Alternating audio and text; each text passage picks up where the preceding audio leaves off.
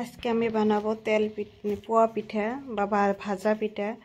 এটা কিরকম করে বানায় আপনারা দেখুন। এটা বানাইতে একদম সহজ, কিন্তু খেতে অনেক স্বাদ।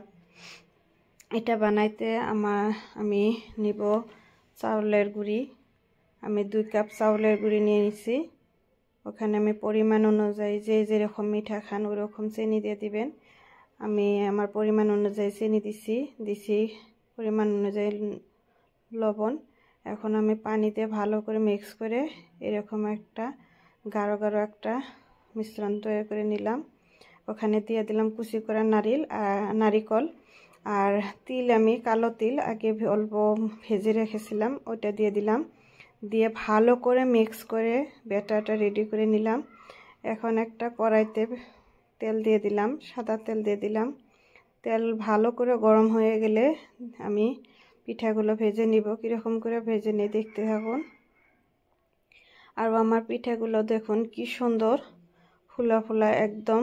আর ভিতরে নারিকেলের যেটা কুচি দিছি ওটা যখন মুখে পড়ে, আর তিলের যেটা একটা ফ্লেভার, এত দুর্দান্ত টেস্ট।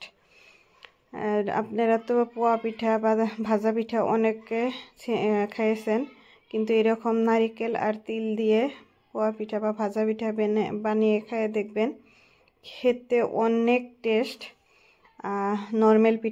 নর্মাল পোয়া পিঠার থেকে এটা খেতে অনেক টেস্ট।